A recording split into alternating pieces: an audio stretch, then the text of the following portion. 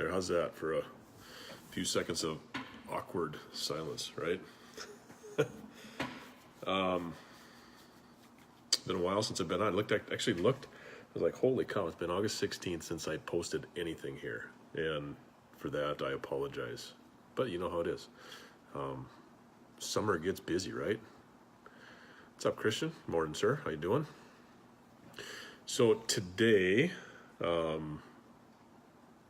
wanted to talk a little. My wife made a post, and it really got me thinking about what she posted. And as men, what are we doing?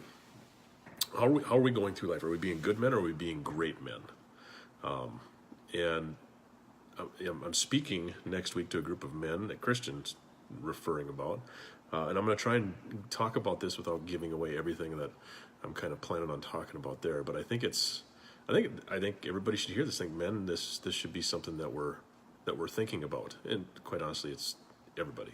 But I'm a dude, and I'm talking to dudes, so that's how it works. But I think this is good information for pretty much everybody out there. So the difference between as a good man, how you act, how you think, and as a great man. And I'm going to talk about three different things. We're going to talk about thoughts. We're going to talk about how you care, and we're going to talk about how we teach. So that's where I think this becomes important. As men, we're introducing thoughts. We have power we have the ability to have influence over people, over our families, over other men, over just anything in general. We have that power, and to man up means to use that power for the betterment of others, not to advance your own agenda, but to advance everybody, if you will. So that's kind of how I'm going to come about this. So, as always, if you don't agree, but why you don't, put in the comment section. Hey, I don't agree with you because of this. I love conversation. I love debate. I love being challenged to new ways of thinking, and that brings up the first point. As men, are we providing, whether it's our sons, and I'll speak as men, sons, our kids, and you as, if you're a gal watching, apply it how you will. But it's easier for me to speak instead of using, men, women, every time I talk. All right. So, I think everybody here knows that, and everybody watching is probably not a snowflake, and they aren't going to be offended by it. Anyway, so good men give people or their kids or their sons new thoughts, right? They teach them new things. They teach them different ideas, new concepts. It could be, I could teach my kid that this is the carburetor of the motorcycle. I can teach my son, here is how you work on it, which I've done it. He's 10 years old and he can take apart a carburetor. That's just who we are. Or I can teach them new ways of thinking, right? I can teach them how to think differently, how to think outside the box. If they have a problem, instead of here's a thought, here's how you fix that, here's how the answer is, here's what the answer is. I want to be able to teach them new and different ways of thinking, challenge them to think differently. One example, my son Wyatt had a math test, and he came home just upset about how he did on this math test. I'm looking at him and I said, well, dude, you only got 3 wrong. I know, Dad, but I should have had them all right. Like, okay, well, I like your drive, but what is it about? Let's look at these questions. Let's see where you got them wrong. And I looked at the first question, and so picture this. There's a picture. Picture this. There's a picture, right? Word problems, all of our favorites. But it's got 4 rows of chairs with 7 chairs in each row. And you have to show your work and explain your answer. So he put 7 times 4 equals 28. And then in the side, he showed to prove it, he put 7 plus 7 equals 14. 7 plus 7 equals 14. 14 plus 14 equals 28. And so I looked at this and I'm like, okay, 7 times 4. I mean, I think I'm not necessarily smarter than a 5th grader, for those of you who remember that show. I don't remember a lot of that, but at the same point, 7 times 4 is pretty simple. I'm like, yeah, I started second guessing myself. That's a whole nother topic. when you know you're right and you start second guessing yourself, there's something wrong. But anyway, I pull out a calculator. I'm like, okay, 7 times 4 equals 28. Yeah, you're right.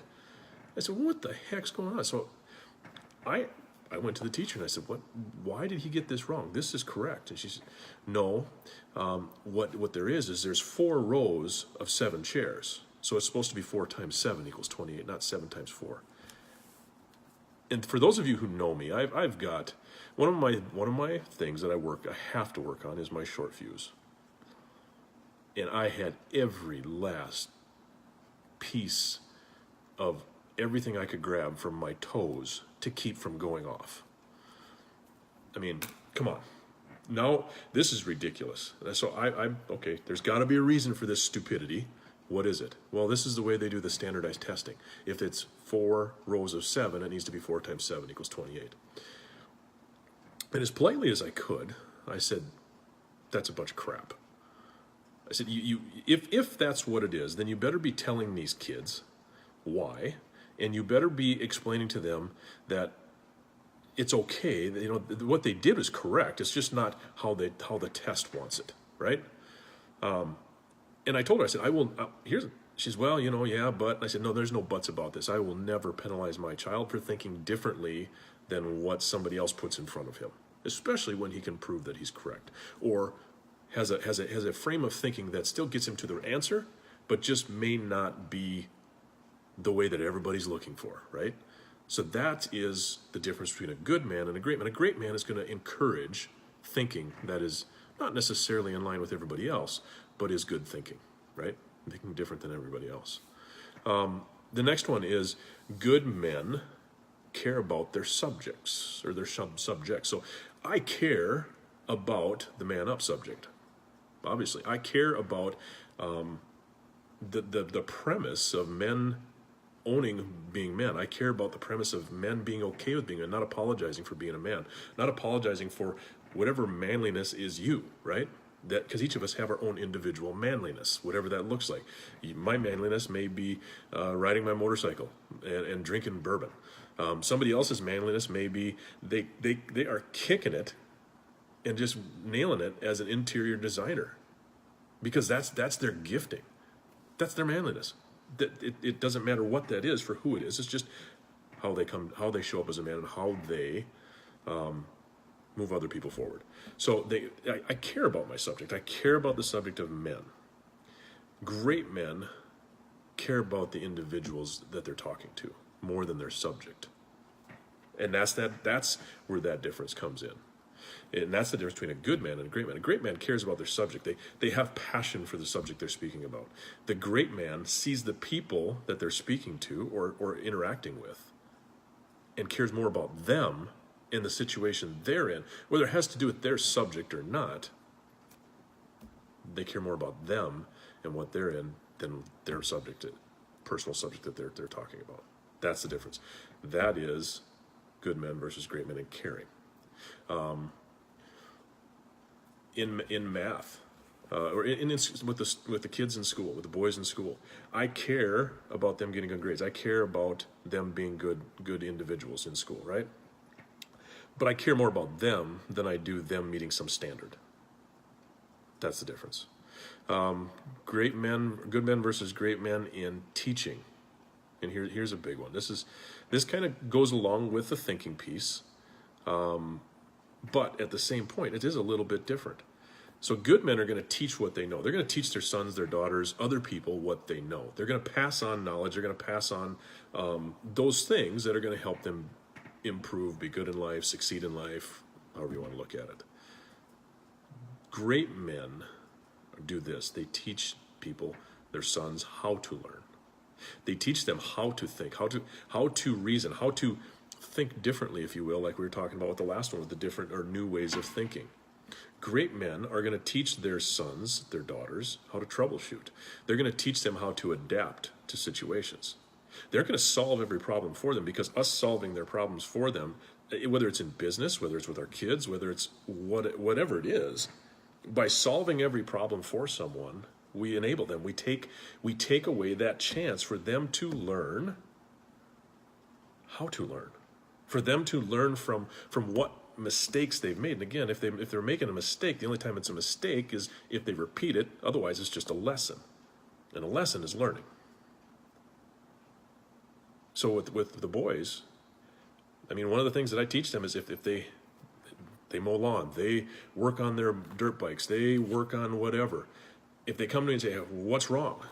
I ask them a question. I don't know. What do you think is wrong? Well, they come up with an answer. Okay, well, let's explore that answer. Okay, now if that's the case, how do we fix it? How do we figure out that that's the wrong thing? How do we figure out that it's either there's a fuel problem, or there's a spark problem, or there's an air problem? So now that's the difference between good men, good fathers, great men and great fathers. The great men and the great fathers are going to teach their kids. They're going to teach their employees. They're going to teach whatever it is, whoever they're working with, they're going to teach them how to learn, how to think, how to figure things out for themselves, because in the end, that's going to create smarter, better, stronger versions of us, right? So I just had to come on. And I can't remember. I'd love to give credit to the guy that some newsletter that he had. So this isn't like my original material. But she brought it up for our business side, and I talked about it a little bit yesterday on our business side. And I think it's important for that. And I mean, again, here's the thing, guys. A truth is a truth, and it crosses all boundaries, whether it's business, whether it's family, whether it's faith, whatever that is. When you have a truth crosses all of that. So when you have this that you can apply to every area of your life, that's where that becomes something that I pay attention to. And I think everybody should. If you can apply this to any area of your life, then you know it's a truth, and it's something you need to pay attention to, and something you need to work on. So that's all I got for you today, guys. Hope everybody's doing well. Hope you all have a great rest of the week. We are quickly winding down on the motorcycle season up here in the north. So today, it's time for a little bit of a ride. So hope you all have a great one. Take care, everybody.